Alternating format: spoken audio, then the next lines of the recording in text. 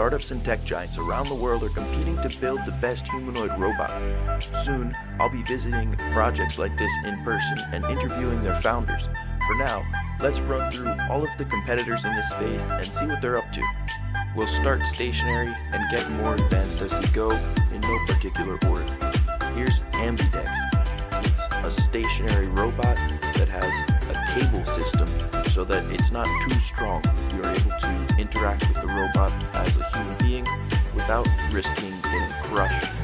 Ultimately, we want to see these systems in the workforce, so their ability to work alongside humans in a safe manner is paramount to their success. This system is teleoperated, which means they use some kind of controller or haptic device like you see pictured. This is different from full autonomy. Here's one of the few systems I've been able to see in person so far, called the Real Man. It was at the Automate 2024 show in Chicago. It's pictured here, sorting some blocks. On the screen, you can see the vision processing system it's using to assess the color. The Astrobot S1 is controlled with AI instead of teleoperation, so you don't need a human controller. They've got it here working with food. In every kindergarten computer class, they teach you not to have food around computers, so it's particularly impressive when you see tech working in this kind of environment. The big question is how long it would last.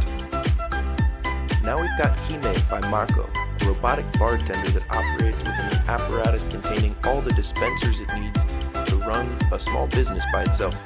At first, I wasn't sure whether or not to include stationary systems, but this company makes it clear their ambition is to build a full humanoid robot, so it's best to start covering their story early.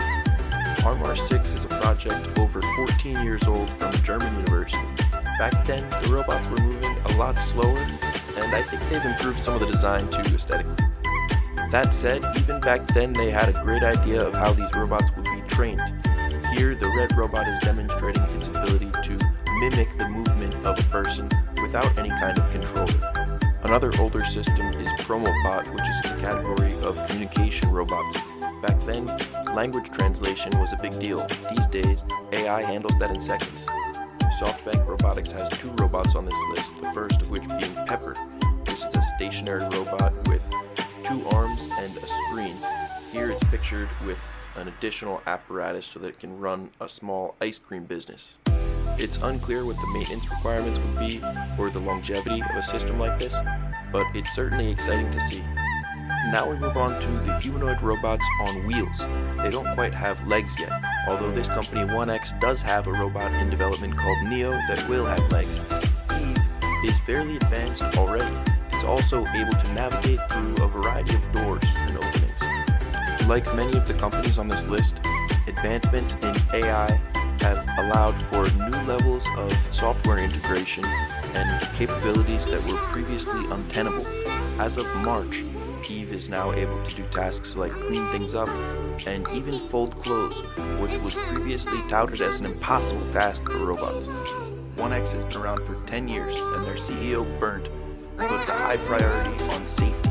That's why the system has a soft body, so that if it hits something, it won't be damaging as metal or a hard plastic might. Now we move on to the tiny humanoid robots. I wanted to cover them all, but don't worry, things will get big and exciting soon.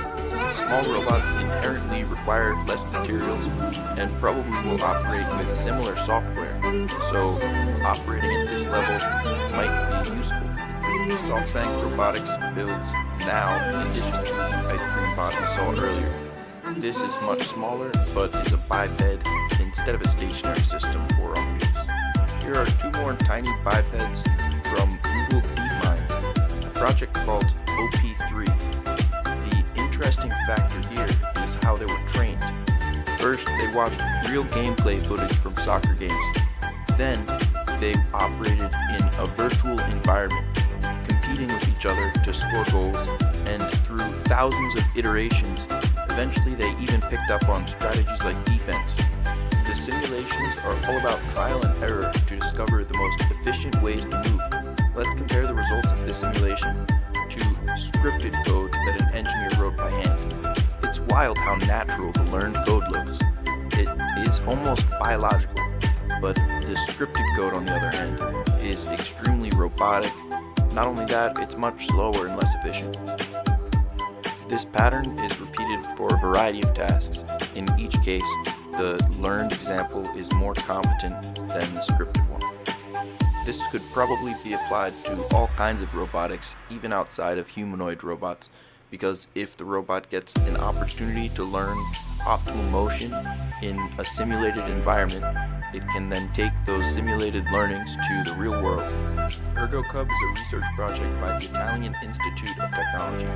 On this channel, we're generally more focused on startups trying to reach commercial viability and manufacturing at scale, but research projects like this are still important, especially because they provide a training ground for people who will enter the industry later. ErgoCub is controlled with the I Feel suit.